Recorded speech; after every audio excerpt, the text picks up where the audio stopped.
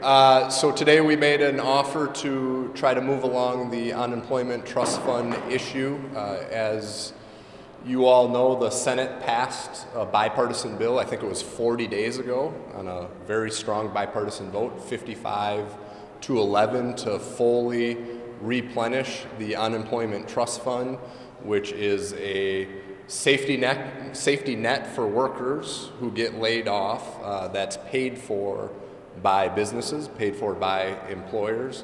This is a big priority, especially with the deadline that has now come and gone of March 15th. But notices just went out to businesses this week that as a result of the House Democrats not taking that bill up for a vote, their taxes will now go up. And at a time when small businesses, many small businesses are struggling with higher costs as an effect of record rates of inflation, they're dealing with supply chain issues, they're dealing with workforce shortages. The last thing small businesses need right now is a tax increase that's completely avoidable if the House Democrats just take up the bill and have a vote. They've made it very clear that they will not do that unless we do something on frontline workers. Republicans believe that that discussion should be had when we're talking about giving money back to the people of the state of Minnesota. Of course, our preference, and we feel the best way to get more money in people's pockets, is through permanent ongoing tax relief, which would provide working Minnesotans more money every single paycheck, week after week, month after month, year after year. But in an effort to compromise, we are willing to put forward a proposal to do frontline worker bonus pay at $250 million. That was the amount that was agreed to last year.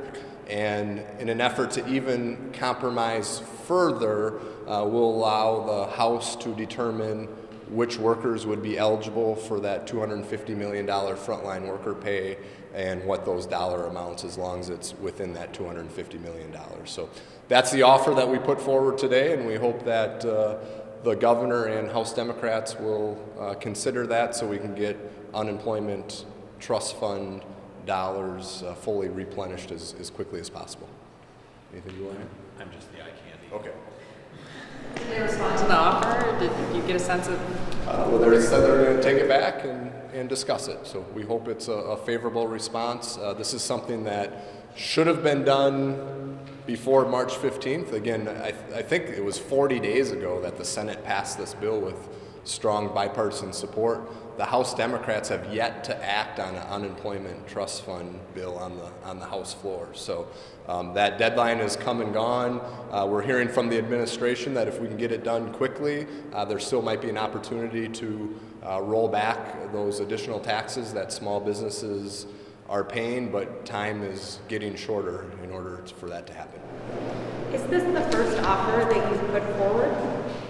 We've had a lot of discussions. This is the first formal offer that we've put forward, other than passing the bill with strong bipartisan support. We strongly believe that the unemployment trust fund replenishment is just the right thing to do, and it needs to happen to help support our small businesses and workers all across the state of Minnesota. That's why we felt strongly that it should be a standalone bill, and the vote on the Senate floor I think proved that with that strong bipartisan support. But this is just an effort to try to get that process rolling again to avoid any unnecessary taxes on small businesses. Randy, I'm anxious to say. Sure. I want to just highlight that point. If you look at the vote, and I think it's on the sheet that was handed out in the Senate, it was broadly bipartisan. If that bill was put on the House floor, you'd have a similar vote. People broadly support this. The governor's been very vocal about saying that he wants to see the unemployment trust fund fully funded. We've talked in the room about the amount that should be put in. I think everybody generally agrees that that $2.7 billion being replaced is a the appropriate thing, but it is House Democrats that are holding up that proposal. If they put that bill on the floor by itself, it would get a similar vote to what happened in the Senate. It'd be very broadly bipartisan because it is the right thing to do for Minnesota. But unfortunately, in this political environment, they want to trade something for it. So I wish that we were in an environment where we could just all together do what was best for Minnesotans, but unfortunately, House Democrats are holding that up right now. Were any other issues discussed? I know reinsurance has been brought up, and maybe even bonding. Were those part of this discussion today? Believe it or not, bonding has not been discussed. This is my 12th year in the Senate, and this is the first time in a non-budget year that we're 6 weeks plus into a non-budget year, and bonding hasn't been discussed at all, which is somewhat surprising. But reinsurance has been discussed over the past couple of meetings. There's another deadline there. That's an April 1st deadline. So we're hopeful that we can come to an agreement on a reinsurance proposal before that April 1st deadline. I believe the House is taking it up today. Is that right? The challenge is the House bill doesn't have any funding in it, and the Senate bill is fully funded for that 5 years. So I think once the conference committee gets appointed, hopefully we'll see some very quick progress so we can meet that April 1st deadline.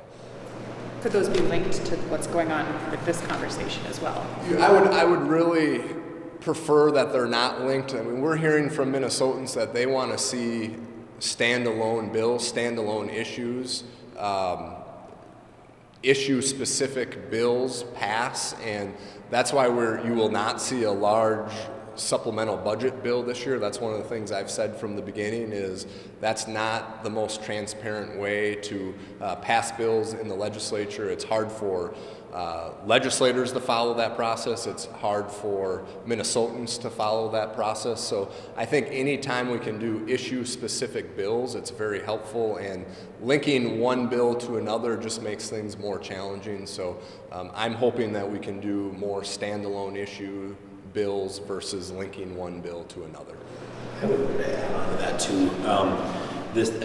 Pay attention to the reinsurance thing. This April 1st deadline sounds like it's a very hard deadline to get that program reauthorized, and it sounds like it won't be approved by CMS if it isn't accompanied by some funding, and that's why the bill that the Senate passed is so important. I think the bill that we'll have on the House floor today falls short of what's needed to actually help the folks that have been impacted by those rising premiums in the individual marketplace. That program has been really successful over the years, and it's been a model for other states. Specifically to your question, there has not been discussion in this room about linking it to anything else. So I'm very optimistic that one will just have a good discussion and we can come to agreement quickly and get it passed. But in order for it to be, it needs to be passed and signed by the governor prior to April 1st, which is a week from tomorrow. So we need to take very fast action on that bill to get it out of the House and Senate and to the governor's desk. So a conference committee should be appointed right away, and then we can get to some agreement on what can pass.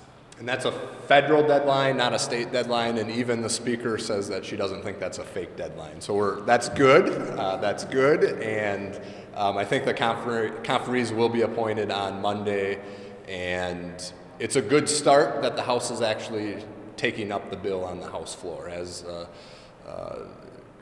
Representative Doudt said, if the House took up the Senate version of the unemployment trust fund bill, I'm very confident it would have strong bipartisan support. So we're just asking them to take the vote. What are you doing early next week on the floor? You're going to do the Russia bill, and what else?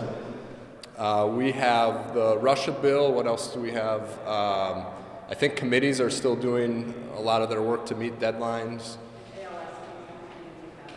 Yep, if the ALS bill comes back from the House, which we expect that it will. So probably a little lighter week on the Senate floor again and heavy committee work. All right, thank you everyone. Have a great day. So we had a good conversation. I think the Republicans deciding to honor a commitment they made last year is really good, but it's not necessarily progress. So there's a lot more to talk about.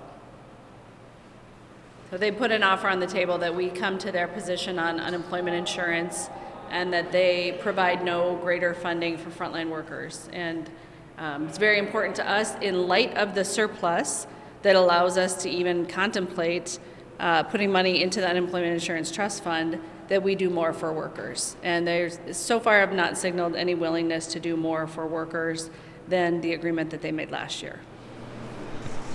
But it would allow you to decide how to divvy up the $250 million, which is an improvement. It's like saying that I owe you $10, I'm gonna give you $10, but you get to decide how to spend it. It's really, honoring a commitment that I already made. We already committed that we were going to provide money for frontline workers. So $250 million to fulfill a $250 million commitment is not anything new. So this, you're going to consider this, but it sounds like this isn't going to be the final conversation on this. No, Senator Miller's position is still essentially the same, which is my position is that you should come to my position. And so we'll see if we can find a true compromise somewhere in between his position and mine. But so far, the only thing that they've committed to do is honor an agreement that they made on June 23rd, 2021. That's what you always ask about reinsurance, but do you think that we'll get a deal next week? I know that April 1st deadline's coming up. They talked about that a little bit. Well, I'm heartened that Senator Dames and Representative Stevenson are finally going to be meeting. I know Representative Stevenson has reached out over several weeks, and it's good that they're finally going to sit down together.